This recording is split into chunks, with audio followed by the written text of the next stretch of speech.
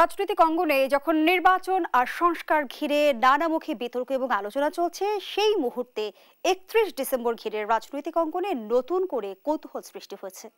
কি হতে যাচ্ছে ৩১শে ডিসেম্বর, এমন প্রশ্নই এখন সবার মনে ঘুরপাক খাচ্ছে। বৈষম্য বিরোধী ছাত্র আন্দোলনের নেতারা বলছে, শহীদ মিনার থেকে প্রকাশ হবে জুলাই বিপ্লবের ঘোষণাপত্র, আর ৩১ ডিসেম্বরই ৭২-এর সংবিধানের কবর রচনা হবে, অপ্রাসঙ্গিক হবে আওয়ামী লীগ। অন্যদিকে জুলাই বিপ্লবের এই ঘোষণাপত্রের সঙ্গে সরকারের কোনো সম্পৃক্ততা নেই এবং এটিকে প্রাইভেট ইনিশিয়েটিভ বলছে অন্তর্বর্তী সরকার। কি হতে যাচ্ছে ৩১শে ডিসেম্বর, এই বিষয়টি যেমন আলোচনায় আনতে চাই, সেই সঙ্গে আমাদের আলোচনায় উঠে আসবে সংস্কারের দায় ও নির্বাচনের রূপরেখা, এই বিষয়টিও। দর্শক সবাইকে আমন্ত্রণ জানিয়ে শুরু করছি দেশ টেলিভিশনের নিয়মিত আয়োজন জেডএসআরএম নিবেদিত দেশ সাম্প্রতিকের আজকের আয়োজন। আমি ফারনেস জুই থাকছি পুরো আয়োজন জুড়ে আপনাদের সঙ্গে। আজকের আলোচনায় আমরা স্টুডিওতে আমন্ত্রণ জানিয়েছি দুজন সম্মানিত অতিথিকে। চলুন এই পর্যায়ে পরিচিত হই। আছেন ডক্টর আনম এহসানুল হক মিলন, সাবেক শিক্ষা প্রতিমন্ত্রী ও চেয়ারম্যান ERI। সেই সঙ্গে আরো আছেন মাসুদ কামাল, সিনিয়র সাংবাদিক ও কলামিস্ট। দুজনকেই আমন্ত্রণ জানাচ্ছি আজকের আলোচনায়। জনাব মাসুদ কামাল, আলোচনাটা আপনাকে দিয়ে শুরু করতে চাই। বলছিলাম ৩১শে ডিসেম্বর ঘিরে কিন্তু নতুন করে আলোচনা দেখছি আমরা রাজনৈতিক অঙ্গনে। কি হতে যাচ্ছে ৩১শে ডিসেম্বর? ৩১ ডিসেম্বর কি হবে বলা বড় কঠিন। কঠিনের কারণে এমনও হতে পারে এই দিন দেশে একটা নতুন কিছু শুরু হবে, নতুন একটা আন্দোলনের নতুন একটা ঢেউ আসবে, নতুন একটা ঢেউ লাগবে। আবার এমনও হতে পারে এটা অনেকটা ফাঁপানো বেলুনের মতো ওই দিন হয়তো সেটা ফুটে যাবে, কিছুই হবে না। কারণ বিষয়টা হলো কি, যে যারা এটা আহ্বান করেছে তারা নিজেরাও বলেছে যে এই দিন তারা জুলাই বিপ্লবের ওখানে যে দফাগুলো সরকার পতনের দফা, তারা এখান থেকে ঘোষণা দিয়েছিল এবং এখান থেকে তারা আরো কিছু ঘোষণা দিতে চায়। এবং ওই একই লোক এখন তারা হয়তো প্রত্যাশা করছে একই রকম ভাবে লোক আসবে, কিন্তু সেটা কি আসবে আমার সন্দেহ আছে। আমার সন্দেহটা কেন আছে সেটা আমি বলি আপনাকে। তখন তো আমাদের সামনে একটা ভিলেন ছিল, তখন কিন্তু শেখ হাসিনা ছিল, যাকে সরানোর জন্য শ্রেণী পেশা নির্বিশেষে, বয়স নির্বিশেষে সবাই কিন্তু তাদের ভেতর থেকে একটা প্রেরণা ছিল যে এই মহিলাকে সরাতে হবে। কাজে ডাকটা কে দিল কে দিল না এটা কিন্তু ইমম্যাটেরিয়াল ছিল। ইস্যুটা ছিল যে এই ঘটনাকে কেন্দ্র করে আমাদের ওখানে যেতে হবে যাতে নাকি এই মহিলার পতন ঘটে। সবাই গিয়েছিল। ওই সময় একজন ভিলেন ছিল, একজন দানব ছিল, যে দানবকে সরানোর একটা তাড়না ছিল। এখন কি আছে? এখন তো এরকম কিছু নেই, ওই বাস্তবতা নেই। এখন আপনি বলতেছেন যে প্রোক্লেমেশন অফ রেভলিউশন। ওকে, রেভলিউশনটা কবে হলো? জুলাই মাসে অথবা অগাস্ট মাসে, যাই বলেন না কেন আপনি। তো 5 মাস পরে এসে তার প্রোক্লেমেশনের দরকারটা কি? অথবা আপনারা যে জিনিসটা বাস্তবায়ন করতে চান সেই জিনিসটা বাস্তবায়ন করার ক্ষেত্রে আপনাদের সামনে বাধাটা কি? শেখ হাসিনা আছে? শেখ হাসিনা তো বাধা না। আওয়ামী লীগ আছে মার্কেটে? আওয়ামী লীগও নেই। তাহলে বাধাটা কি? বাধাটা কি সরকার? যদি সরকার বাধা হয় তাহলে সরকারকে আপনারা বলুন। সরকার তো আপনাদের নিজেদেরই 3 জন প্রতিনিধি আছে, আপনাদের সঙ্গে তো সরকারের অতি সুসম্পর্ক, মধুর সম্পর্ক। আপনারা চাইলেই সচিবালয়ে যে কোনো সময় যেতে পারেন, যে কোনো সময় দেখা করতে পারেন। জানো তো বটে সরকারের প্রত্যেকটা কর্মকাণ্ডে আপনাদের পার্টিসিপেশন আছে, তো তাদের বললেই তো হয়। তো সেখানে ঘটা করে এটা বলা কেন? তাহলে কি এটা একটা রাজনীতি? হতে পারে রাজনীতি, কোনো সন্দেহ নাই। আপনারা জাতীয় ঐক্যের কথা বলেন প্রায়, যে জাতীয় ঐক্যবদ্ধ লাগবে। তাহলে যারা আন্দোলন করেছে, আপনাদের সঙ্গে আন্দোলনে কি ছাত্রদল ছিল না? ছিল তো। তাহলে এটা ঘোষণা করলো 2টা মাত্র পার্টি। একটা গ্রুপ হলো আপনার বৈষম্য বিরোধী ছাত্র আন্দোলন, আর একটা গ্রুপ হলো নাগরিক কমিটি। তো নাগরিক কমিটি কোথেকে আসলো ভাই? এটা তো জন্ম হয়েছে আন্দোলনের পরে। বলবেন যে না, তারা এই নাম ছিল না, বেনামে তারা আন্দোলন করেছে, করে এখন তারা এখানে আছে। তো বেনামে তো আন্দোলন সবাই করছে। বাংলাদেশের আওয়ামী লীগ, ছাত্রলীগ, যুবলীগ, এই সমস্ত লীগ মিগ ছাড়া এবং তাদের কিছু অনুগত ভিত্ত ছাড়া এই আন্দোলনে কে ছিল না? সবাই ছিল। তো সবাইকে নিয়ে করেন, আপনি নেতা কিভাবে? এটা তো আরেক প্রশ্ন। আপনারা এখন বৈষম্যবিরোধী ছাত্র আন্দোলনে একজন আহ্বায়ক হয়েছেন, তখন কি এটা ছিল? ছিল না তো। তো এই বিষয়গুলো কিভাবে হ্যান্ডেল করবে আমি জানি না। তো যদি মানুষের সায় কতটুকু থাকবে এটাও আমি জানি না। এরই মধ্যে সরকার তো তাদের দায়িত্ব নেয়নি, বলেছে এটা আমাদের সঙ্গে কোনো সম্পর্ক নাই। বিএনপিও অখুশি, প্রাইভেট ইনিশিয়েটিভ হিসেবেই দেখছে অন্তর্বর্তী সরকার। হ্যাঁ, এন্ড প্রাইভেট ইনিশিয়েটিভ তো আপনিও নিতে পারেন, আমিও নিতে পারি, তো সেটা থেকে কি ফল আসবে আমি জানি না। আবার কিন্তু জনাব মাসুদ কামাল, বৈষম্য বিরোধী ছাত্র আন্দোলনের পক্ষ থেকে যে দুটি বিষয় উল্লেখ করা হয়েছে আমি একটু আপনার কাছে যদি একটু বলি, সেটি হচ্ছে যে শহীদ মিনার থেকে ৭২-এর সংবিধানের কবর রচনা হবে এবং আওয়ামী লীগকে অপ্রাসঙ্গিক ঘোষণা করা হবে। কোন প্রক্রিয়ায় হবে? শুনেন, এগুলি বাগাড়ম্বর, জাস্ট বাগাড়ম্বর। কবর কে রচনা করবে? কিসের কবর রচনা? আমি একটা উদাহরণ দিয়ে বলি। একটা ইঁদুর মারা গেছে, ইঁদুরের কবর রচনা কিন্তু আমি একাই পারি। একটু মাটি উঠাইলাম, নামাইলাম, ঢেকে দিলাম। যদি একটা হাতি মারা যায়, হাতির কবর আমি রচনা করতে পারবো? আমি পারবো? হাতির জন্য যে পরিমাণ গর্ত করতে, সে গর্ত করার সামর্থ্য আমার আছে। তো ওনারা একটু নিচেদের দিকে তাকাক। ৭২-এর সংবিধানকে, ভাই ওটা আমাদের স্বাধীনতা প্রক্লেমেশন যেটা আছে এটা তো ওখানে আছে, আপনি এটা কবর বানিয়ে দেবেন, সেই ক্ষমতা আপনার আছে। কয়জন লোক আছে আপনার সঙ্গে? কয়জন লোক আছে রে ভাই বড় বড় কথা বলে? ওই দিন ভুলে যান। আপনারা অগাস্টে আপনাদের যে অবস্থান ছিল, অগাস্ট বিপ্লবটা আপনারা বলছেন এটা আপনাদের ক্রেডিট, এটা আপনাদের আন্দোলন। আজকে বিএনপি এই কথাও বলছে যে অগাস্ট বিপ্লবের পুরো আন্দোলনের তারা নিজেদের মানে কবজায় নেওয়ার চেষ্টা করতেছে। এন্ড মির্জা আব্বাস ঠিক বলেছেন, ২৪-এর আন্দোলনকে কেউ যেন ব্র্যান্ডিং এর চেষ্টা না করে। এটা ব্র্যান্ডিং করে করলাম, এটা সবার আন্দোলন। ওনারা ভাব দেখাচ্ছেন ওনারা আন্দোলন করছেন, ওনাদের সঙ্গে আছে কয়জন লোক? দেখুন ৩১ তারিখে কয়জন লোক আসে। এত সহজ না বাংলাদেশ। বাংলাদেশকে ভালো বুঝতে হবে, এই দেশের মানুষকে বুঝতে হবে, এই দেশের মানুষের আকাঙ্ক্ষাকে বুঝতে হবে। তারা দায়িত্ব আসার পরে এই যে মানুষের মূল প্রবলেমটা কি, দ্রব্যমূল্য, এটা নিয়ে ওদের কোনদিন কথা বলতে দেখছেন? ওরা এমন এমন কাজ নিয়ে ব্যস্ত থাকে যে কাজের থেকে মানে কি বলবো, এগুলো ঢাক ঢোল পিটানো। আমি মানে আমি মনে করি একটা স্বাভাবিক অবস্থার মধ্যে তারা একটা বিশৃঙ্খলা সৃষ্টির চেষ্টা করতেছে। ধন্যবাদ জানাচ্ছি আপনাকে ডক্টর আনম এহসানুল হক মিলন। সংবিধানের কবর রচনার চিন্তা ফ্যাসিবাদের শামিল। ৭১-এর শহীদদের রক্তের উপর দিয়ে লেখা সংবিধান বাতিল নয়, সংশোধন করা যেতে পারে বলছে বিএনপি নেতারা। এই যে জুলাই বিপ্লবের ঘোষণাপত্র নিয়ে এত আলোচনা হচ্ছে, এই বিষয়টি নিয়ে আপনার মতামত? ধন্যবাদ। আপনাকে ধন্যবাদ বিজ্ঞ আলোচক মাসুদ কামাল সাহেবকে। উনি যেখানে শেষ করলেন সেখান থেকে আমি শুরু করতে চাই। এই কবর দেওয়া এগুলি কিন্তু ফ্যাসিবাদী ওয়ার্ড, আমরা কিন্তু সেখান থেকে বেরিয়ে আসতে হবে। আমরা এখন একটা গণতান্ত্রিক পরিবেশে সকলকে নিয়ে, সকল দল মত নির্বিশেষে সকলকে একটা ঐক্যের জায়গা আমরা এসেছি। এই যে দ্বিতীয় বিপ্লবটি হয়েছে, এই বিপ্লবটিকে কিভাবে আমরা এটাকে স্বার্থকে মানে সফলতা আনতে পারি সেই জায়গায় আমাদের যেতে হবে। এখন নতুন করে আবার নতুনভাবে আমাদের কন্ট্রাডিকশন তৈরি করার তো কোনো দরকার নেই। যদি তারা মনেই করতেন বিপ্লবী সরকার করতে হবে, তাহলে সেটা ৮ই আগস্টেই তারা করতেন। এখন এটা নতুনভাবে ৫ মাস পরে এই সরকার প্রতিষ্ঠিত হওয়ার পরে নতুনভাবে সমস্যা সৃষ্টি করার তো দরকার নেই। এমনি তো মাসুদ কামাল সাহেব বললেন জনগণের যে দুর্ভোগ, প্রশাসনিক কর্মকর্তাদের মধ্যে এখনও যে ক্রোধ, ঘৃণা, ক্ষোভ রয়েছে, পুলিশ প্রশাসন এখনও নিয়ন্ত্রণে আসতে পারেনি, দ্রব্যমূল্য হয়নি, সব মিলিয়ে এমন একটি অবস্থায় যদি আপনি আবার proclamation of the second Republic করেন, তাহলে তো আমরা সেই ফ্রান্স আর প্যারিস ইয়াতে চলে যাচ্ছি, স্পেনে চলে যাচ্ছি। সেই সময়কার অবস্থান তারা সাথে সাথেই করেছিল, রিপাবলিকান ডিক্লেয়ার দিয়েছিল, সেগুলি তো আমাদের সময় পার হয়ে গিয়েছে। এখন যে সরকার হয়েছে সেই সরকার কোন সরকার হবে যদি আপনি এই সংবিধানকে কবর দিয়ে দেন?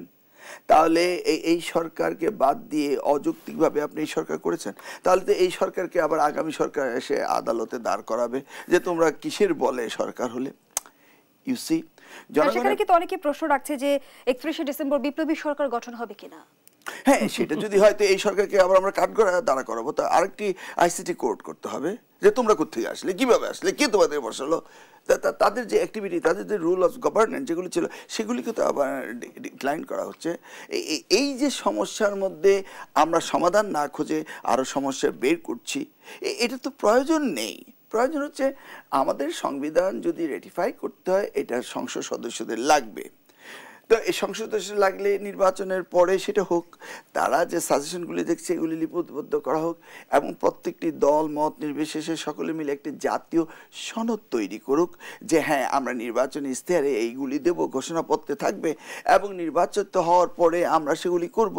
এই যে আমাদের দল থেকে অ্যাক্টিং চেয়ারপারসন তারেক রহমান সাহেব যে কথাগুলো বলেছেন, এই আমাদের 31 দফার রাষ্ট্র মেরামতে, এখানে কোনটি বাকি রয়েছে আপনি দেখান। বা 2016 সালে দেশনেত্রী বেগম খালেদা জিয়া যে ভিশন 2030 যেটা করেছেন সেখানে কোনো কিছু বাদ রয়েছে? তাছাড়া তো আমরা তো বলছি যে নির্বাচন পরবর্তী সরকার আমরা জাতীয় সরকার করব, ঐক্যমত্যের ভিত্তিতে সকলকে নিয়ে আমরা এই রাষ্ট্রের দায় দায়িত্ব সকলেই আমরা নেব। কিন্তু এখন যদি আপনি নতুন ইস্যু তৈরি করতে থাকেন এবং এই যে বিপ্লব, দ্বিতীয় বিপ্লবকে যদি আপনি এক পেশি করতে চান, ধরুন আমরা ক্রিকেট খেলতে নেমেছি, এই 200 রান করতে হবে, 180 রান আমরা অন্যান্য ব্যাটসম্যানরা করে রেখে আসছি। 2টি ব্যাটসম্যান আছে, 10টা বল আছে, সে 2জন ব্যাটসম্যানের মধ্যে 2জনে এসে 10 বলে 20 রান করে আমাদেরকে জিতিয়ে দিল। তাহলে কি আপনি বলতে চাচ্ছেন there is no team work? এই যে 17 বছর ধরে এই বিএনপির 60 লক্ষ মামলার কথা বলুন, বা 700 আমাদের নেতা কর্মীরা গুম হয়েছে সেই কথা বলুন, সব মিলিয়ে তো এই বিপ্লব তো একদিনে আসেনি। এখন আমরা যেখানে সেই জায়গা থেকে বিএনপির ভূমিকা আন্দোলনে কি কোনোভাবে উপেক্ষিত? তাই তো দেখছি।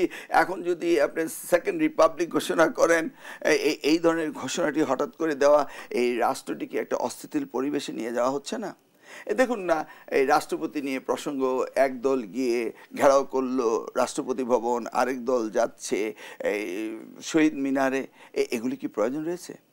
আমরা যেই উদ্দেশ্য নিয়ে, যে আকাঙ্ক্ষা নিয়ে যেটা হয়েছে, ধরুন এই যে অ্যাডভাইজাররা হয়েছে, অ্যাডভাইজার যদি মনে করেন, একজন অ্যাডভাইজার মনে করেন এই বিপ্লবের সময় আমার পা চলে গিয়েছে, আরেকজন অ্যাডভাইজার যদি মনে করেন আমার একটা চোখ হারিয়েছি, আরেকজন অ্যাডভাইজার যদি মনে করেন যে আমার একটি সন্তান হারিয়েছি, তাহলে তাদের ভিতরে যে অনুপ্রেরণাটা থাকবে, যে স্পিরিটটা থাকবে, সেটা নিয়ে তো রাষ্ট্র পরিচালনা করতে হবে।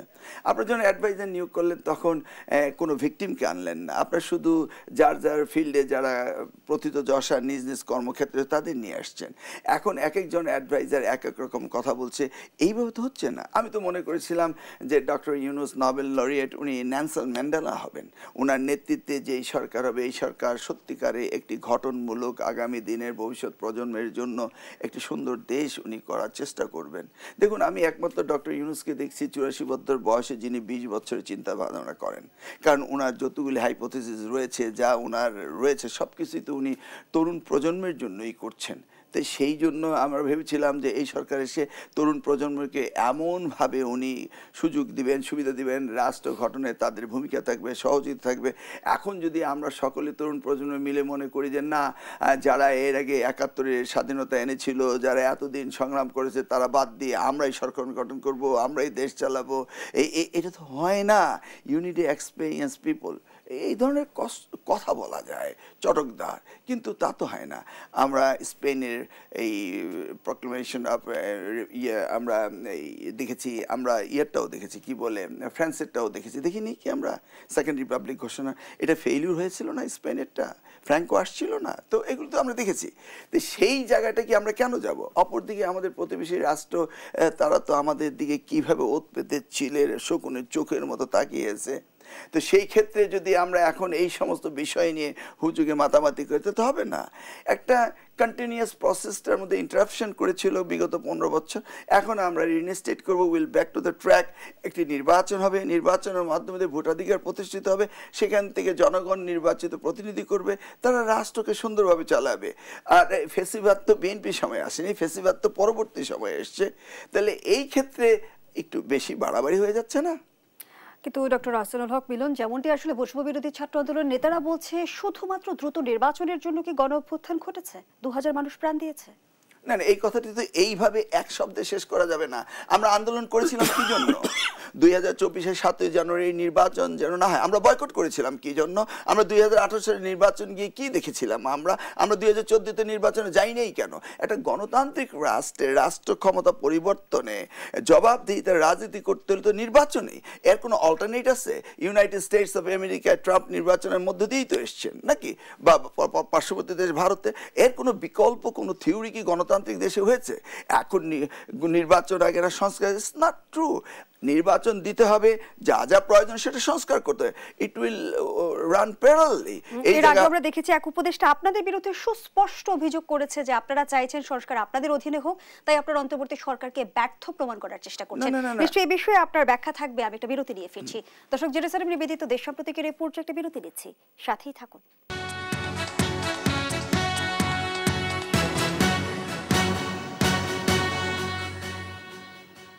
বিরতির পর আরো একবার আমন্ত্রণ জানাচ্ছি, আপনারা দেখছেন দেশ টেলিভিশনের নিয়মিত আয়োজন জেরুজালেম নিবেদিত দেশ সাম্প্রতিক। আমরা আবারও ফিরছি আলোচনায়।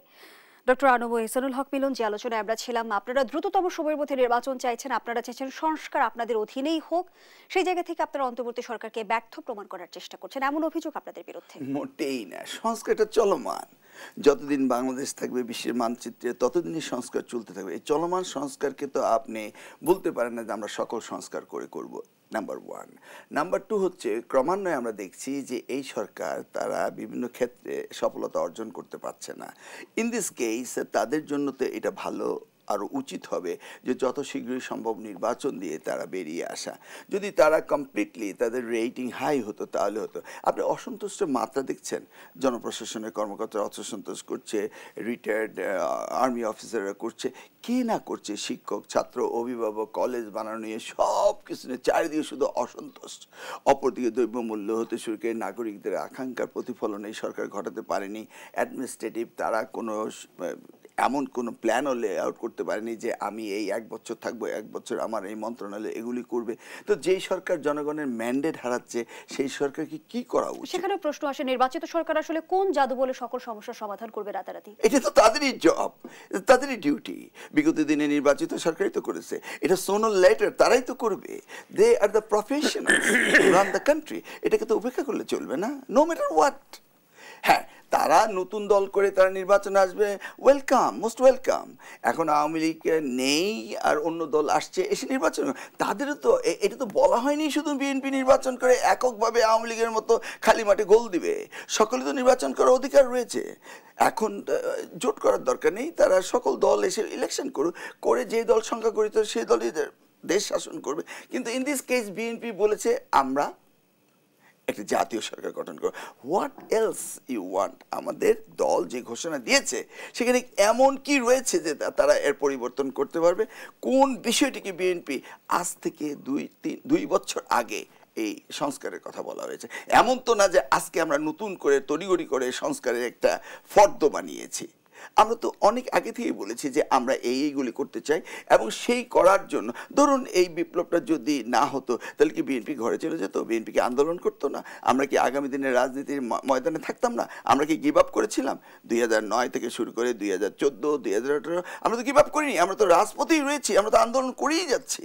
এবং করতে করতে করতে এমন একটি অবস্থায় এসছে যখন আমাদের ছাত্ররা, তরুণ প্রজন্ম, তারাও মাঠে নেমেছে এবং বিপ্লব সংগঠিত হয়েছে। It's very good. কিন্তু এরপরে রাষ্ট্র সংস্কার করার জন্য এই সরকারকে অনন্তকালের জন্য থাকতে হবে এমন তো কথা নেই। আর সংস্কারের প্রত্যেকটা বিষয় তো লেজগোবর হয়ে যাচ্ছে। আপনি জনপ্রশাসনের সংস্কারে দেখেছেন যে সরকারি আমলারা তারা প্যান ডাউন করছে, তারা আন্দোলন করছে। ডক্টর আনব এহসানুল হক মিলন, এই সরকারকে অনন্তকাল সংস্কার করতে চাইছে? সরকার তো বলছে যে 2025 ডিসেম্বর কিংবা 2026 প্রথমার্ধে নির্বাচন অনুষ্ঠিত হবে। হ্যাঁ, তারা চাইছে, তারা করছে। আমরা তো বলিনি কালকে চলে যেতে, আমরা তো তা বলছি না। আমরা বলছি যৌক্তিক সময় নেন, করুন। এই যে সংস্কার, যৌক্তিক সময়ের ব্যাখ্যাটা আসলে আপনাদের কাছে কি? যৌক্তিক সময় যখন সংস্কারের কাজগুলি পর্যায়ক্রমে শেষ হবে, জানুয়ারিতে রিপোর্ট জমা হবে, তারপর তারা সংস্কারের যে পদ্ধতিগুলি শেষ করবে, যখনই শেষ হবে তখনই করবে। আমরা তো বলিনি কালকে নির্বাচন করুক। যৌক্তিক সময় কি আসলে সংস্কারের উপর নির্ভর করবে? না, প্রত্যেকটা জিনিস একটা টাইম বাউন্ড থাকে। আপনি অনন্তকালের জন্য কোনো কিছু করতে, আপনি বলুন এই সংস্কারটা এত তারিখ হইতে এত তারিখ হবে, এই সংস্কারটা এত তারিখ হইতে, আমার মিনিস্ট্রি এটার থেকে এইটা করবে। যেমন আমরা যখন দায়িত্ব পেয়েছিলাম, 100 দিনের হানিমুন পিরিয়ড ছিল, তখন তো আমরা 5 বছরের জন্য কি করব সেইটা আমরা বলে দিয়েছি, এই সময় এটা করব, এই সময় এটা করব।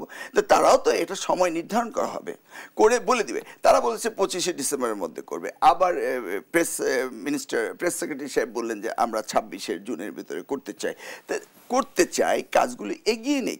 এর মাঝখানে আবার প্রক্লামেশন অফ সেকেন্ড রিপাবলিকের কথা বলা হচ্ছে, এর মাঝখানে বলা হচ্ছে যে সরকার সাহায্য করছে নতুন দল করার জন্য।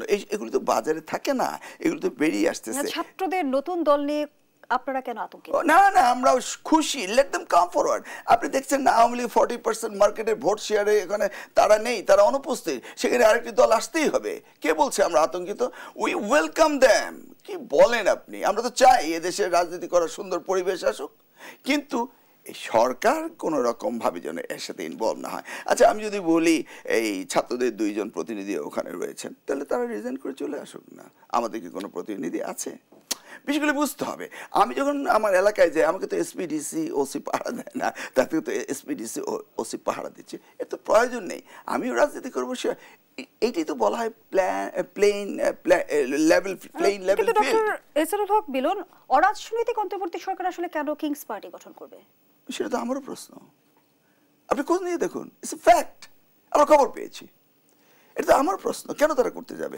এবং আমি তো জানি ডক্টর ইউনূস এতে ইন্টারেস্টেড না। অরাজনৈতিক অন্তর্বর্তী সরকার কেন কিংস পার্টি গঠন করবে? রাজনীতির হিসেব নিকেশটা আসলে কেমন? না না, কিংস পার্টি সবসময় যে নিজের জন্যই করে তা তো নয়। আর একটা দলকে, যেমন আপনার 1/11 সময় আমরা দেখেছিলাম একটা কিংস পার্টি হচ্ছিল ফেরদৌস আহমেদ কুরাইশি এবং অন্যান্যদের নেতৃত্বে। তো ওই সময় তো একটা অরাজনৈতিক সরকারই ছিল। তো ওরা কি তাদেরকে ক্ষমতা, নিজেদের ক্ষমতা থাকার জন্য করেছিল? করে না। তারা প্রচলিত পলিটিক্যাল পার্টিগুলির সঙ্গে যে কোনো কারণে হোক একটা স্বার্থের দ্বন্দ্বে আছে। তারা চায় না যে এই দলগুলো আগামীতে ক্ষমতায় আসুক। তারা এই জন্য নিজেদের পছন্দের কিছু লোককে দিয়ে একটা দল বানাতে চায়। ওটি তো কিংস পার্টি। কিংস পার্টি আরেকটা সঙ্গে আপনার দিবেন যে এরশাদ যেটা বানিয়েছিল, জিয়া যেটা বানিয়েছিল, সেটা অন্য জিনিস।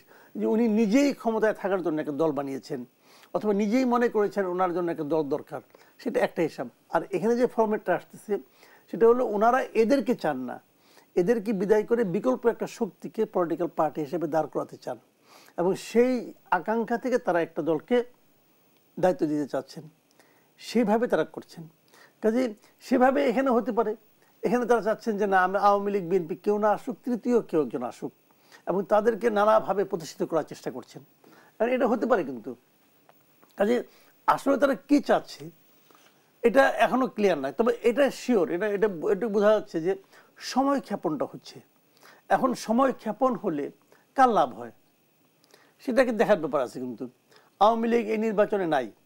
আমি তো মনে করি যত সময় ক্ষেপণ হবে তত বিএনপির জন্য লস হবে। যত সময় ক্ষেপণ হবে তত বিএনপির জন্য লস হবে। কিন্তু বিএনপির লস করতে যে সরকার যে ভুলটা করছে, আমি যেটা মনে করি পার্সোনালি, সেটা হলো সরকার কিন্তু নিজেদের উপরে কিন্তু ঝুঁকি বাড়াচ্ছে। যত দিন তারা এই সরকার তো খুব দেশ ভালো চালাচ্ছে না। দ্রব্যমূল্য বলেন, আইন শৃঙ্খলা বলেন, কোনো ক্ষেত্রে তারা কিন্তু এমন কিছু করছে না যেটা দেখে মানুষ খুব খুশি, তা কিন্তু নয়। একটা মূলা ঝুলাইছে সামনে, সংস্কারের মূলা, যে আমরা সংস্কার করব, আমরা সংস্কার করব। তো সংস্কার যে আপনি করতে পারবেন, আপনি ছাড়া আর যে কেউ সংস্কার করতে পারবে না, এটা আপনি কিভাবে প্রমাণ করলেন? সংস্কারের জন্য যে কমিশনগুলি করা হয়েছে, আমি যদি বলি এই একটা কমিশনের সংস্কার করার যোগ্য না, যদি আমি বলি, আপনি আমাকে কিভাবে ভুল আসেন আলাপ করি। তো এখন বিএনপি দিয়েছে 31 দফা, সেই 31 দফা সংস্কার প্রস্তাব তারা দিয়েছে আজকের থেকে 2 বছর আগে। তো সেই প্রস্তাবগুলি তারা কি আলোচনা করে দেয় নাই? তাদের মধ্যে কি সব মূর্খ লোক? ওখানে একজন লোক বুঝে না কিছু, সব বুঝে এনজিওরা আর বিদেশ থেকে আমদানিকৃত লোকেরা, এরা সব বুঝে। এরা এই দেশটাকে খুব ভালোবাসে, এত ভালোবাসে যে তারা আরেক দেশে নাগরিকত্ব নিছে। তারা অন্য দেশের নাগরিক হয়ে আমার দেশে ঠিক করে দেব। ভাই, এরকম লোক তো আমার দরকার নাই। আমরা সেই লোককে চাই যে লোক এই দেশে বড় হয়েছে, এই দেশকে ভালোবেসে এই দেশে থাকছে। তারা তো আমার দেশকে ঘৃণা করে বলে অন্য দেশে চলে গেছে। সে কি এত বিশাল জ্ঞানী যে এই দেশটাকে অ্যাকোমোডেট করতে পারতো না? সে এই দেশকে পছন্দই করে না। বাইরে যে ওখানকার আবার নাগরিকত্ব নিছে, নিয়ে ওখানে মাস্টারি করে, চাকরি করে, কি করে না করে করে, ওখানকার বিভিন্ন কমিটির সঙ্গে সে আছে, ওই দেশের স্বার্থ দেখে, তারে আইনে নিয়ে আপনি সংস্কার করাচ্ছেন। এই সংস্কার আমার দরকার নাই, এই সংস্কার বিএনপি ধরবেই না। আপনি দেখে নেন, বললাম। প্রধান উপদেষ্টা বলছে যে সংস্কারবিহীন নির্বাচন বাংলাদেশকে এগিয়ে নিতে পারবে না। তারা যা শিখাইছে সে তাই গেছে, তাকে যা শিখা যাচ্ছে সে তাই গেছে। সেটি কিভাবে প্রমাণ করবে? সংস্কার তো ইন দ্য মিন টাইম হচ্ছে, প্রতিদিনই সংস্কার হচ্ছে। আজকে থেকে 4 মাস আগে যা ছিল বাংলাদেশ, এখন কি বাংলাদেশ সে অবস্থায় আছে? মানুষের চিন্তা সে অবস্থায় আছে? মানুষের চিন্তা চেঞ্জ হয় নাই? চিন্তা চেঞ্জ, ওইটাই তো সংস্কার। সংস্কার কি গাছে ধরে নাকি ভাই? উপদেষ্টা আসিফ মাহমুদ ইতিমধ্যে বলেছে যে প্রধান উপদেষ্টা নির্বাচনের একটা সম্ভাব্য রোডম্যাপ ঘোষণা করেছে, কিন্তু নির্বাচনের সময়সীমা নির্ভর করবে সংস্কারের উপর, কারণ সংস্কার কার্যক্রম বাস্তবায়নের পরে নির্বাচন অনুষ্ঠিত হবে। তাহলে নির্বাচন আসলে কবে অনুষ্ঠিত হবে? হওয়া উচিত এর আগেই। আমি তো মনে করি 2025-এ নির্বাচন হওয়া উচিত। প্রধান উপদেষ্টা যে সংস্কারের কথা বলেন, যে প্রত্যাশিত সংস্কার, তো প্রত্যাশিত কার কার প্রত্যাশা? বিএনপিকে জিজ্ঞাসা করেন, বিএনপি বলল আমার প্রত্যাশা হলো যে যেগুলো নির্বাচনের জন্য দরকার সেগুলি সংস্কার করা। আচ্ছা বলেন, নারীর ক্ষমতায়ন বিষয়ক একটা সংস্কার কমিশন করছে, এটার সঙ্গে নির্বাচনে কি সম্পর্ক? বলেন ভাই আমার, বুঝান এর সঙ্গে নির্বাচনে কি সম্পর্ক? আপনি যদি শিক্ষা নিয়ে একটা সংস্কার করেন, তার সঙ্গে নির্বাচনে কি সম্পর্ক? আপনি বলবেন যে এটা পলিটিক্যাল পার্টিগুলো কয় না। আচ্ছা ঠিক আছে, পলিটিক্যাল পার্টিগুলো কয় না, সব পলিটিক্যাল পার্টি ভিলেন, খারাপ, দুষ্ট। কে করে? আপনি করেন। আচ্ছা আপনি করেন, আপনি যে বিশাল জ্ঞানী লোক করেন, কিন্তু আপনি কাদের দিয়ে করতেছেন? এই লোকগুলো আপনি কিভাবে নির্বাচন করছেন? এই খাতে এই লোকগুলি কি বেস্ট? প্রমাণ করেন আপনি আমাকে সামনে এসে নিয়ে। কেমন করে আপনি প্রমাণ করবেন এই লোকগুলি বেস্ট? কিছু আনারি লোককে, আপনার পরিচিত লোক, আপনি এদের কি চিনেন? আইনে বলছে তোমরা একটা সংস্কার করো, ওই সংস্কার গ্রহণযোগ্য হবে কিনা কে জানে। ভাই আমি একটা 15 তলা বিল্ডিং বানাবো, কথাটা বুঝেন। আমার কিছু বন্ধু বান্ধব বলো তুমি বিল্ডিং বানাবা দেওয়া, আমি কিন্তু কিছুদিন এই বাথরুম টাথরুম বানাইছি, আমি বিল্ডিং আর বানাইতে পারবো। তো ইটের উপরে ইট রেখে বিল্ডিং বানানো শুরু করলো, কয়দিন পর এটা ভেঙে পড়বো, ওটা কি বিল্ডিং হবে? আর্কিটেক্ট কোথায়? এরা দেশ গড়বে। কে দেশ গড়বে? এরা মনে করে কি, এদের যুক্তিটা কি, হাসিনার মতো স্বৈরাচারকে নামিয়েছি, অতএব আমরাই দেশ গড়ব। আরে যে নামায়, যে ভাঙে সে গড়ে না। ভাঙার মিস্ত্রি একটা, গড়ার মিস্ত্রি আরেকটা, ওটা বুঝতে হবে। 14 তলা বিল্ডিং আপনি রাজমিস্ত্রিতে ভাঙতে পারবেন, কিন্তু ওই রাজমিস্ত্রি 14 তলা না 10 তলা বিল্ডিং বানাতে পারবে না, তার জন্য আর্কিটেক্ট লাগবে। সে আর্কিটেক্ট, সে আর্কিটেক্ট আপনি তো নিয়ে আসছেন ভাই, এটা যে সে আর্কিটেক্ট আমাকে বুঝান, আমি তো বুঝি না। আমি তো এদের কাজকর্ম দেখে বুঝি না, এদের কথাবার্তা শুনে বুঝি না, এদের তো মানে বেসিকটা আমার পছন্দ হয় না। তা আপনি কি করবেন?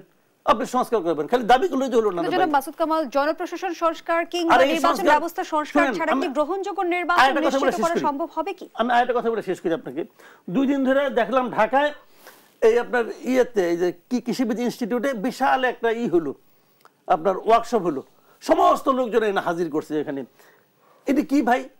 এটা এনজিও যে প্রতিষ্ঠানটা আয়োজন করছে, ফোরাম ফর বাংলাদেশ স্টাডিজ, ওটার সঙ্গে তো শুরুতে আমিও ছিলাম, আমি ওটার সঙ্গে শুরুতে ছিলাম। এই সব তো বিদেশি পোলাপান, বিদেশে বসে বসে দেশপ্রেমে উদ্বেল হয়ে গেছে একদম। সব যতগুলো লোক আছে সবগুলো হয় আমেরিকা থাকে, অস্ট্রিয়া থাকে, জার্মানি থাকে, মালয়েশিয়া থাকে, এরা মিলে আলী রিয়াজের অভিভাবক করতে এরা একটা সংগঠন করছে। সেটার মধ্যে এসে নিয়ে আমাদের উপদেষ্টাটা হুমড়ি খেয়ে পড়ছে। ওরা দেশকে সংস্কার করে দেবো, আর আমাদের গ্রামের কৃষক কি চায় এরা জানে? জানে এরা? আমার গ্রামের কৃষক, লুঙ্গি পরা কৃষক কি চায় এরা জানে? ওই কৃষক যেটা চায় সেটা হলো সংস্কার। আলী রিয়াজ কি চায়, মুনির হায়দার কি চায়, এটা সংস্কার না। এরা দেশে থাকেই না। তো এইগুলি কয়ে লাভ নাই রে ভাই। এইগুলি কইতেছে ইউনুস সাহেব খুশি, ইউনুস সাহেব তো ওনার তো একটা বিদেশি প্রেম আছে, বিদেশে থাকে বলে সে বিরাট খুশি হয়ে যায়।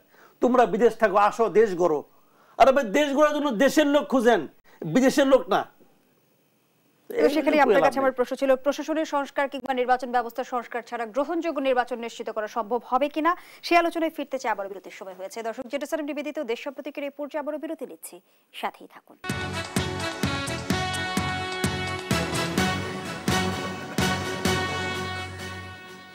আবারও আমন্ত্রণ, আপনারা দেখছেন দেশ টেলিভিশনের নিয়মিত আয়োজন জেরুজালেম নিবেদিত দেশ সাম্প্রতিক। আমরা আবারও ফিরছি আলোচনায়। জনাব মাসুদ কামাল, যে আলোচনায় আমরা ছিলাম, জনপ্রশাসনে আসলে সংস্কার কিংবা নির্বাচন ব্যবস্থার সংস্কার ব্যতীত আসলে গ্রহণযোগ্য নির্বাচন কিভাবে নিশ্চিত হবে, আরেকটু যুক্ত করি। অন্তর্বর্তী সরকারের ব্যাপক জনসমর্থন থাকা সত্ত্বেও প্রশাসনিক সীমাবদ্ধতা রয়েছে বলে জানিয়েছেন তথ্য উপদেষ্টা নাহিদ ইসলাম। তিনি আরো জানিয়েছেন আমলারা হুমকি দিচ্ছেন। তা আমলাদের আপনারা রাখছেন কেন? আমি তো আপনার এখানে বসে বহুবার বলে গেছি যে একটা স্বৈরাচারের আমলা দিয়ে একটা গণ অভ্যুত্থানের সরকার চলতে পারে না। বহুদিন বলছি, রাখছে কেন? এখন ধাক্কা খেয়ে বুঝতেছে ঠিক হয় নাই, কেন রাখছে? এবং তাদেরকে আবার পিছন থেকে নিয়ে আসতেছে, আইনে আইনে তাদেরকে প্রমোশন টমোশন দিয়ে তাদের দিয়ে দেশ চালাইতেছে। দেশটা আমলারা চালায়, দেশ কি এরা চালায় নাকি? বুঝে কিছু কোনো কমন সেন্স কাজ করে এদের মধ্যে? সত্যি কথা বলে কি দেখেন, আমি একটা উদাহরণ দেবো, সিম্পল একটা উদাহরণ দেবো বলি। মানে যেভাবে যে যা বলে, মানে এটা কি, মানে এটা তো বাকি দেশ তো না। আপনি যখন একটা কথা বলবেন আপনি তো দায়িত্ব নিয়ে বলতে হবে। আমি একটা সিম্পল একটা এক্সাম্পল দিই আপনাকে। কয়েকদিন আগে পরশুদিনই তো ডক্টর ইউনূস বললো যে ওনার পছন্দ হলো যে ভোটাধিকার 17 বছর বয়সে যেন হোক। কেন বলছেন এই কথাটা উনি? সবাই বুঝছে কিন্তু যে যাতে নাকি ছাত্রদের ভোট একটু বাড়ে। ছাত্রদের, ওনাকে বোঝানো হয়েছে যে ছাত্রদের ভোট বাড়লে পরে এই বৈষম্যবিরোধী ছাত্র আন্দোলনের সঙ্গে যারা আছে এরা সহজে জিততে পারবে, ঘোড়ার ডিম পারবে। আচ্ছা ঠিক আছে, ওই আলোচনা পরে আসি। তারও যে বড় কথা হলো, উনি তো প্রধান উপদেষ্টা দেশের, একটা গভর্নমেন্টের সঙ্গে আছে। আন্তর্জাতিক নিয়মে 18 বছর পর্যন্ত শিশু, বাংলাদেশের আইনেও 18 বছরের আগ পর্যন্ত আপনি শিশু। 17 বছর যদি আপনি ভোটাধিকার দেন, আপনি কি শিশুকে ভোটাধিকার দিবেন? হয় পৃথিবীর কোথাও আছে যে শিশুদের ভোটাধিকার দিবেন আপনি? ভাই এগুলো তো বুঝতে হবে, এগুলো তো ম্যাটার অফ কমন সেন্স। যখন ওনাকে এই ড্রাফটটা ধরাই দিল যে এটা বলেন, তখন সে জিজ্ঞাসা করবে না যে এটা তুমি 17 বছর লেখলা কেন? আমাদের দেশের নিয়মে 16 বছর না, 17 বছর না, 18 বছরের আগ পর্যন্ত সে শিশু বলে দিল। তাহলে 14 বছর দোষ কি করছে? 10 বছরের সমস্যা কি? এই আন্দোলনে তো 10 বছরের বাচ্চা মারা গেছে, 7 বছরের বাচ্চা মারা গেছে। তো ওরও তো একটা ভূমিকা আছে। তাহলে 7 বছরের আপনার ভোটাধিকার দিয়ে দেন। তো এগুলি কি রে ভাই? মানে মোট কথাটা হলো কি, আপনাকে বুঝতে, এগুলি কি হয়, এই আমরা না বিব্রত করার জন্য এগুলি করে। আমরা নানা ভাবে আমলাদের কাছে জিম্মি। অবশ্যই, কোনো সন্দেহ আছে আপনার? কোনো সন্দেহ আছে? এক্সাম্পল দেখাই আপনাকে। বিএনপির কোন কোন বিএনপি পন্থী কোন কোন আমলা আওয়ামী লীগ আমলে ক্ষতিগ্রস্ত হয়েছে তার একটা তালিকা হচ্ছে, তালিকা হয়ে গেছে। 700 কতজন পাইছে তালিকা হওয়ার পর এখন তাদেরকে ভূতাপেক্ষা পদোন্নতি দিয়ে তাদেরকে বকেয়া টকেয়া শোধ করা হবে। মানে তাদেরকে যে মনে করেন জয়েন্ট সেক্রেটারি ছিল, ডেপুটি সেক্রেটারি ছিল, তখন তারা বিএনপি আওয়ামী লীগ বাদ দিয়ে দিচ্ছে। বাদ দিয়ে এখন তারা নিয়ে আসবে। তারা এখন আবার দেখবে সে থাকলে পরে তার ব্যাচমেটটা কোন পর্যন্ত উঠছে, সেক্রেটারি পর্যন্ত উঠছে, তাকে সেক্রেটারি পোস্ট দিয়ে তারপর তার রিটায়ারমেন্ট দেখায় ওই এতদিনে যত টাকা পাইতো সব টাকা দিবে, দিয়ে তাকে সেক্রেটারির যে পেনশন এটা দিবে। ব্যয় হবে কত? এককালীন ব্যয় হবে 42 কোটি টাকা, আর প্রতি বছর ব্যয় হবে 13 কোটি টাকা প্রতি বছর। এই টাকাগুলি কাকে দিবে? এই লোকগুলিকে দিবে। আচ্ছা এই যে লোকগুলি, এরা তো আওয়ামী লীগ বলে চাকরিচ্যুত হওয়ার পর বহুবার কিন্তু চাকরি ফেরত পাওয়ার চেষ্টা করছে। তারা কি কখনো বলছে যে আমি বিএনপির লোক? সারাক্ষণ বলছে আমি আওয়ামী লীগের লোক, আমি ষড়যন্ত্রের শিকার, এগুলি বলছে। আচ্ছা তারও বাদ দেন আপনি, এই যে আন্দোলনটা হলো, এই আন্দোলনে এই 786 না 46 কত জানি আছে, এদের কারো কোনো ভূমিকা আছে? কোনো ভূমিকা নাই। অথচ এই টাকা পাইলে ওই যারা চোখের চিকিৎসার জন্য কাতরাচ্ছে প্রত্যেকটা লোকের সুচিকিৎসা হইতো, ওরা পাচ্ছে না। যারা জান দিয়ে দিছে 5 লাখ টাকা করে পাবে না, কত টাকা পাবে ওরা পাবে কিনা এখন ভালো মতো হচ্ছে না, কিন্তু পাচ্ছে, ঘোরাঘুরি করতেছে, ওইগুলো হচ্ছে কিন্তু। আর যাদের কোনো কন্ট্রিবিউশন নাই তাদেরকে আপনি এককালীন দিচ্ছেন 42 কোটি টাকা, এবং বাকি জীবন প্রতি বছর 13 কোটি টাকা আপনি দিতে থাকিবেন। এটা কার কারণে হয়েছে? আমলাদের কারণে হয়েছে। এই ফাইলে প্রধান উপদেষ্টা সিগনেচার করে নাই, তখন তার বিপ্লবের চেতনা হইয়াছিল। ওইটার মধ্যে ওই অর্থ উপদেষ্টা সিগনেচার করে নাই, খুব তো গণঅভ্যুত্থানের সরকার এটা। ধন্যবাদ জানাচ্ছি ডক্টর এহসানুল হক মিলন। জনপ্রশাসনের সংস্কার কতটা চ্যালেঞ্জিং বর্তমান বাস্তবতা আমরা যেমনটা দেখছি, জনপ্রশাসন সংস্কার কমিশনের সিদ্ধান্তের প্রতিবাদে প্রশাসন ক্যাডার কর্মকর্তাদের প্রতিবাদ সভা, সেই সঙ্গে ক্যাডার কর্মকর্তাদের মুখোমুখি অবস্থানও আমরা দেখছি। হ্যাঁ, সেটা তো আমরা দেখেছি 1996 সালে এই প্রশাসনিক কর্মকর্তারা ডক্টর মহিউদ্দিন খান আলমগীরের নেতৃত্বে জনতার মঞ্চ করেছিল, এবং সেই সময় তারা বলেছিল যে আমরা এই সরকারের অধীনে কাজ করব না, তৎকালীন বিএনপি সরকারের অধীনে। তারপরে আবার দেখলাম 2008-09-তে এসে আওয়ামী লীগ সরকার গঠন করার পরে যারা এই বিপ্লবীর ভূমিকা নিয়েছিল, সরকার সাথে কাজ করেনি, তাদেরকে স্বরাষ্ট্রমন্ত্রী পর্যন্ত বানানো হয়েছে। সেই সমস্ত আমলাদেরকে উপদেষ্টা বানানো হয়েছে, এগুলি আওয়ামী লীগ তখন করেছিল এবং এটা আমরা দেখেছি। তো এই এতদিন যে আন্দোলন হলো, এই আন্দোলনের সময় কিন্তু এই আমলারা তারা চুপচাপ ছিল এবং তারা বলেছে সরকারি চাকুরি বিধি অনুযায়ী আমরা কোনো কথা বলতে পারি না। তাহলে এখন প্রতিবাদ সভা কিভাবে করছে? হ্যাঁ, সেটাই বলছি। তো 2024 আন্দোলনের সময় তারা বলেছে আমরা তো সরকারি চাকরি করি, আমরা কি করে প্রতিবাদ করব। কিন্তু এখন এসে তারা প্রতিবাদ করছে এই সরকারের বিরুদ্ধে। আচ্ছা, সরকার যে প্রস্তাবগুলি করেছে সংস্কারের জন্য, মুহিত সাহেব ওনাদেরই প্রাক্তন সচিব, is a very honest personality. উনি যেটা বুঝেছেন, তার কমিটি যেটা পর্যালোচনা করেছে সেই প্রস্তাবগুলো দিয়েছে। সেই প্রস্তাবগুলো যদি অসামঞ্জস্য হয়ে থাকে সেটা গভর্নমেন্ট অ্যাকসেপ্ট করতেও পারে, নাও করতে পারে, এটার উপর তো ডিবেট হবে। তারপরে সেইটা না শুনে আমরা হঠাৎ করে সরকারের বিরুদ্ধে ইটস এ থ্রেট, এই থ্রেটটা তারা করে বসলো। এখন প্রশ্ন হচ্ছে তারা কেন থ্রেট করে? এই যে বর্তমান কেয়ারটেকার ইন্টারিম গভর্নমেন্ট, তারা কিন্তু আমলাদেরকে এই থ্রেটের জবাবে কোনো কিছু বলতে পারেনি। অপরদিকে উনি যেটা বললেন, অনেক ক্ষেত্রে আমি দেখেছি আমার একদম বলতে হয়, না বললে এটা আমার একটু নৈতিকভাবে মনে হয় যেন আমি ঠিক করছি না। আমার পিএস ছিল ডিপটি সেক্রেটারি মুজিবুর, সে আমার পিএস থাকার কারণে তাকে 36 মাস বেতন না দিয়ে আটকে রেখে এনসিটিভিতে একটা পোস্টিং ছিল, সেখান থেকে তাকে চাকরিচ্যুত করা হয়েছে। এখন দেখুন যে অ্যাডমিনিস্ট্রেশনে একটি চাকরি নিয়েছে শুধু এহসানুল মিলনের পিএস থাকার কারণে, বা আমার একজন পিএস ছিল বদরুল, সে অবশ্য আগেই চলে গিয়েছিল, সেই কারণে সে পার পেয়ে গিয়েছে। সে বলেছে যে মিলন সাহেব আমাকে বাদ দিয়েছে, আসলে তা না। আমি ফার্স্ট হাফ আপনি থাকবেন, সেকেন্ড হাফ আমি মুজিবকে নিয়ে আসবো। তো এই ডিএনএ টেস্ট করে দেখা গেছে মুজিব ছিল শহীদুল্লাহ হলে ছাত্রদলের প্রথম কনভেনার, সেই কারণে সে চাকরিচ্যুত হয়েছে।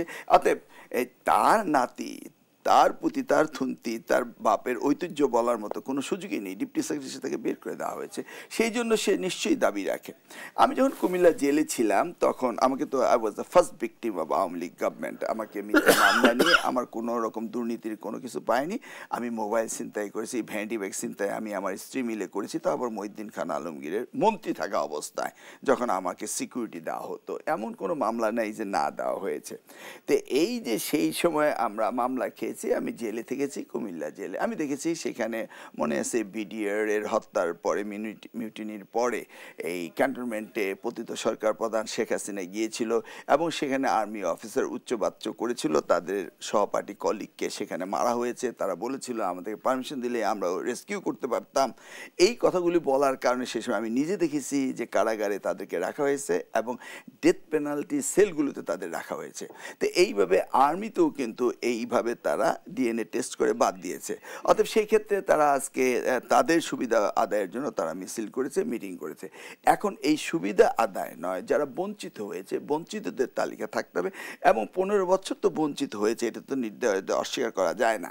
আমার মতো একটা ব্যক্তিত্বের জীবন থেকে আমি এদেশের রাজনীতি করেছি এবং সততা নিষ্ঠার সাথে রাজনীতি করেছি এবং দেশের উপকার করেছি এবং যুক্তরাষ্ট্রের নাগরিকত্ব বিসর্জন দিয়ে এসে রাজনীতি করেছিলাম। সেই ব্যক্তিটিকে আমার 3.5 বছরের মতো, 5 বছর মধ্যে 3.5 বছরের মতো বিভিন্ন মামলায় জেল খাটিয়েছে। তো এই পতিত সরকার এখনো কাজ নাই যে না করেছে।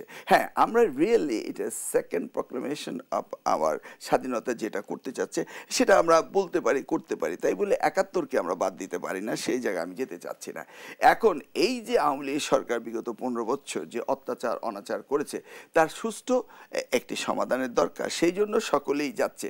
কিন্তু আমি মনে করি না এই সরকারের কাছে গিয়ে সকলে, এমন কোনো টিম নেই যে দাবি না করছে, সকলেই দাবি করছে। সেই ক্ষেত্রে যৌক্তিকতা রয়েছে তাদের দাবি করার, কিন্তু এই সরকার তো কিছুই হ্যান্ডেল করতে পারছে না। এখন জনপ্রশাসনকে নিয়ে যে মিস হ্যান্ডেল করলো, ধরুন আপনার সুযোগ আছে, আপনি বিশেষ সেখানে প্রশ্ন রাখতে চাই, সরকার কি দুর্বল না মানবিক? না না, সরকার দুর্বল। এখানে মিস হ্যান্ডেলটা কীভাবে হয়েছে? ডিপটি সেক্রেটারি, তারা ডিপটি সেক্রেটারি, তাদের আবার পরীক্ষা দিয়ে আবার যেতে হবে কেন? আর আপনি বলছেন 75 না 50-50, আমি বলছি যারা প্রশাসনে যাচ্ছে তারা তো পরীক্ষা দিয়ে যাচ্ছে, তাদেরকে আবার কোটা দেওয়া হবে কেন? এই কোটার বৈষম্যের জন্যই তো আন্দোলন, কাউকে তো নিষেধ করে না। আপনি ডাক্তার, ইঞ্জিনিয়ার, কৃষিবিদ, হোয়াট এভার দ্যাট ইজ, আপনি তো যেতে পারেন। পুলিশ অফিসারও যেতে, মানে যারা পুলিশে গিয়েছে তারাও তো যেতে পারতো, প্রশাসন যারা ফরেন সার্ভিসে তারা তো যেতে পারতো, যারা এডুকেশন ক্যাডারে গেছে তারাও তো যেতে পারতো, ডাক্তার ক্যাডারে গেছে তারাও তো যেতে পারতো। যেখানে আপনার ওপেন রয়েছে, যে আপনি পরীক্ষা দিয়ে অ্যাডমিনিস্ট্রেটিভ ক্যাডারে যেতে পারবেন, and they are train for administration. এটা তো অস্বীকার করার জন্য নেই। তো সেই জায়গায় আপনি কাল্পনিকভাবে সমস্যার সৃষ্টি করবেন আর তারা প্যান ডাউন করবে। এই যে একটা সিচুয়েশন এই সরকারের দুর্বলতার কারণে, তার অ্যাডমিনিস্ট্রেটিভ দুর্বলতার কারণে তারা করছে। এই সরকারের কম্পিটেন্ট নিয়ে কাজ করার মতো কয়জন রয়েছে? সকলে তো আলোচিত সমালোচিত রয়েছে। অসংখ্য ধন্যবাদ জানাচ্ছি ডক্টর আনম ইসরুল হক মিলন, ধন্যবাদ জানাচ্ছি জনাব মাসুদ কামাল আপনাকেও। দর্শক, এখানেই শেষ করছি জেরুজালেম নিবেদিত দেশ প্রতীকের আজকের আয়োজন। ধন্যবাদ এতক্ষণ আমাদের সাথে থাকার জন্য।